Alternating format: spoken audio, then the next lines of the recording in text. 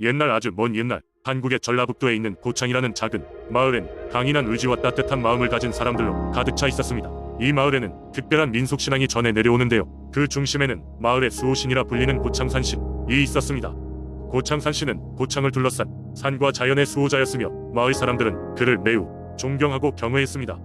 특히 고창산신은 마을의 평화와 풍요를 보살피는 존재로 믿어져 오는 해 여름날이 미친 듯이 덥고 농작물이 시들어가던 시절 고창산신에 관한 전설적인 이야기가 시작되었습니다. 마을의 중심에서는 당산나무 가우뚝 서 있었는데 이는 바로 고창산신을 모시는 신목이었습니다. 매년 음력 3월 마을 사람들은 당산제를 열어 그 해의 풍년과 마을의 안녕을 기원했습니다. 그러나 그 해는 예년과 달리 가뭄이 너무 길어지고 많은 사람이 어려움을 느끼고 있던 시기였습니다. 사람들은 고창산신에게 간절히 기도하며 그들의 어려움을 해결해달라고 부탁드렸습니다. 그러던 어느 날 밤 마을의 젊은이 중 하나인 준호는 이상한 꿈을 꾸었습니다. 꿈속에서 준호는 신령스러운 기운이 감도는 산속으로 인도되었고 그곳에서 고창산신을 만났습니다. 산신은 준호에게 다가와 말했습니다. 젊은이여, 마을에 닥친 이 위기는 오래가지 않을 것이다. 그러나 너희들의 믿음과 정성이 필요하다. 마을 사람들을 이끌어 산으로 오도록 하여라. 점토와 물로 단단한 항아리를 만들고 마을을 한 바퀴 돌며 소원을 빌면 비가 내려 어려움이 해결될 것이다. 꿈에서 깨어난 준호는 자신의 꿈을 마을 사람들에게 이야기했습니다. 처음엔 반신반의하였으나 곧 마을 사람들은 준호의 이야기를 믿기로 하고 단체로 산으로 향했습니다.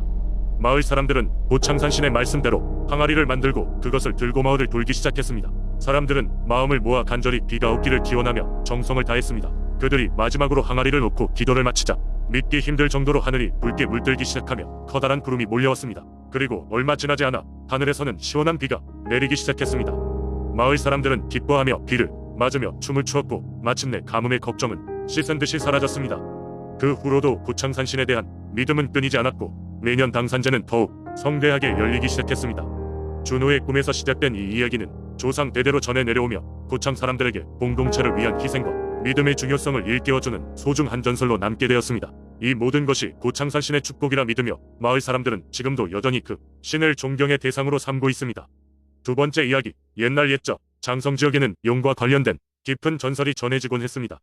이 지역의 주민들은 용의 분노를 피해 매년 특별한 제사를 지냈다고 전해집니다. 이 제사는 오래전 이 지역을 지배했던 한 용의 저주와 관련이 있다고 알려져 있습니다.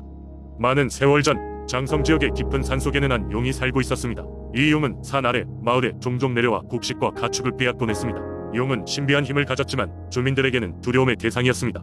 주민들은 용의 분노를 달래기 위해 특정 시기에 아이 중 하나를 제물로 바쳐야 했다는 이야기가 전해집니다. 그러던 어느 날 마을에 한 젊은이가 나타났습니다. 그의 이름은 준호였고 어렸을 적 마을에서 홀로 산속으로 들어가 살아남은 전설적인 인물이었습니다. 준호는 자신의 힘으로 마을을 구하겠다는 결심을 하고 돌아왔습니다. 그는 마을의 어른들로부터 용에 대한 이야기를 듣고 용의 은신처로 향했습니다. 산 깊숙한 곳 준호는 마침내 용과 마주하게 됐습니다. 용은 예상치 못한 방문자에 당황했지만 준호는 담담하게 용에게 말했습니다. 저는 이 마을을 구하고 싶습니다. 제발 저희를 내버려 두어주세요. 용은 준호의 용기에 놀라며 얼마간의 침묵 후 입을 열었습니다. 용은 준호에게 오래전 자신이 왜 마을에 저주를 내렸는지 이야기했습니다. 그것은 자신에게 가해진 배신 때문이었습니다. 용은 사람들에게 고마움을 기대했지만 오히려 검을 받았다고 했습니다. 준호는 용의 이야기를 듣고 그것이 오해였음을 깨달았습니다. 우리는 당신을 두려워했지만 당신의 존재를 사랑할 줄도 몰랐습니다. 이제부터 당신을 신으로 모시고 매년 당신께 감사의 제사를 지내도록 하겠습니다. 준호의 진실한 말에 감동한 용은 마침내 자신의 저주를 풀고 마을에 평화를 약속했습니다. 그 후로 마을은 번영을 누렸고 용은 더 이상 모습을 드러내지 않았습니다. 하지만 마을 주민들은 매년 그날을 잊지 않고 용의 용서를 기리며 성대한 제사를 지냈습니다. 이는 장성 주민들에게 전해 내려오는 하나의 신앙으로 자리 잡았고 오늘날까지도 그 전통은 이어지고 있습니다. 주민들은 이 전설을 젊은 세대에 전하며 용의 은혜에 감사를 드리고 있습니다. 이와 같이 장성의 민속신앙은 지역의 삶과 문화를 형성하는 중요한 요소로 남아 있습니다. 세 번째 이야기, 오래전 백제의 땅 지금의 부여 지역에는 산과 들을 지키는 신비로운 존재들이 살고 있었다. 그 중에서도 가장 신성하게 여겨진 존재는 바로 용신이었다. 이 용신은 깊은 산의 호수에 살며 마을 사람들의 생업과 안녕을 지켜주는 의미 있는 존재로 특별히 홍수가 날 때마다 그 뜻을 의송 앞산에 있는 거대한 바위로 전했다고 한다. 부여의 작은 마을에는 한 해는 가뭄이 지독하여 지표는 갈라지고 농작물이 거의 말라가던 시절이 있었다. 사람들은 이렇다 할 뾰족한 수가 없어 마을 회의를 열었고 가장 큰 나무 밑에 모여 용신에게 비를 내려달라고 간절히 기원하기로 했다. 이러한 기도의 일환으로 이승현이라는 노련한 어부가 용신을 위한 정성스러운 만찬을 준비하기로 했다. 그는 이른 아침부터 산으로 향했고 마을 사람들이 함께 마련한 음식을 가지고 용신이 잠들어 있다는 곳으로 나갔다. 하늘이 흐리게 느껴지며 사람들은 용신의 존재를 더욱 실감하게 되었다. 그들은 정성을 다해 음식을 차리고 노래를 불렀다. 그날 밤 마을은 이상한 소리로 가득 찼다고 전해진다. 사람들은 창문을 살짝 열고 밖을 내다봤는데 무언가가 마을을 감싸고 있는 듯했다. 천둥과 번개가 치는 하늘을 가로지르며 장엄한 용의 형상이 어른거렸다. 어느 순간 천둥이 그치고 부슬비가 내리기 시작했다. 그 후 며칠 동안 비는 계속해서 내렸고 메마른 땅은 다시금 푸르게 살아났다. 주민들은 평생 잊지 못할 경이로운 경험을 하게 되면서 용신에게 더 깊은 감사의 마음을 담아 매년 이날을 기리는 축제를 열기로 했다. 그날 이후 부여 사람들은 비가 부족하거나 자연의 재해가 닥칠 때마다 용신을 위해 비슷한 제사를 지내며 마을의 안녕을 기도했다. 이렇듯 용신은 단순히 수호신에 그치는 것이 아니라 마을 사람들에게 희망과 믿음을 주는 존재였다. 시간이 흘러 무시무시한 재해가 닥쳐오기도 했지만 용신에 대한 믿음은 변하지 않았다. 부여의 용신 이야기는 오늘날까지도 사람들의 가슴 속에 남아있으며 용신의 도움이 필요할 때면 누구나 그 호수와 부여의 이야기를 떠올리며 용신의 은총을 기린다고 한다.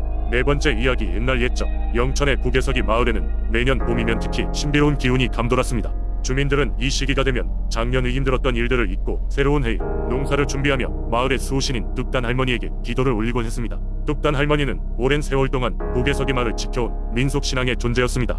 그녀는 항상 머리에 흰 수건을 두르고 허리띠에는 온갖 약초를 깬 작은 주머니들을 지니고 다녔다고 합니다. 주민들은 뚝 몇 개가 늘어선 언덕, 즉 뚝단의 할머니가 산다고 믿으며 그래서 그녀를 뚝단 할머니라고 불렀습니다. 마을 사람들은 할머니가 마을을 보호해 준다고 믿었고 특히 농사의 성공과 마을의 안녕을 기원하기 위해 매년 봄에 뚝단제로 불리는 제사를 지냈습니다.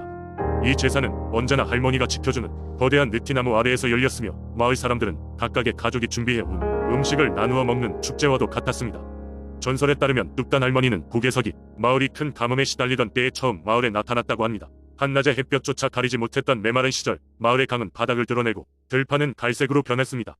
모두가 절망에 빠졌을 때 나이가 지긋한 어떤 여인이 마을로 들어왔습니다. 그녀는 지팡이를 짚고 무거운 보따리를 등에 지고 있었지만 묘한 존귀함이 느껴졌습니다. 마을 사람들에게 할머니는 강물은 하늘이 열어줄 것이다 라고 말하며 느티나무 아래에 작은 우물을 파고 기다리라 했습니다. 사람들은 처음에는 반신반의했지만 막다른 상황 앞에서 할머니의 말을 따랐습니다. 우물을 파고 나자 기적처럼 마른 하늘에서 소나기처럼 비가 내려 물이 가득 차올랐다고 합니다. 그 이후로 마을 사람들은 그 여인을 뚝단 할머니라 부르며 그녀를 마을의 수호신으로 숭배하게 되었습니다. 뚝단 할머니 덕분에 마을은 풍요로움을 되찾았고 사람들은 매년 할머니에게 감사를 드리며 봄맞이 제사를 올렸습니다. 특히나 할머니는 마을이 어린아이들을 어찌나 사랑했는지 그들이 아플 때면 마을의 가장자리에 있는 작은 약초밭에서 가져온 약으로 치료해 주셨다고 전해집니다.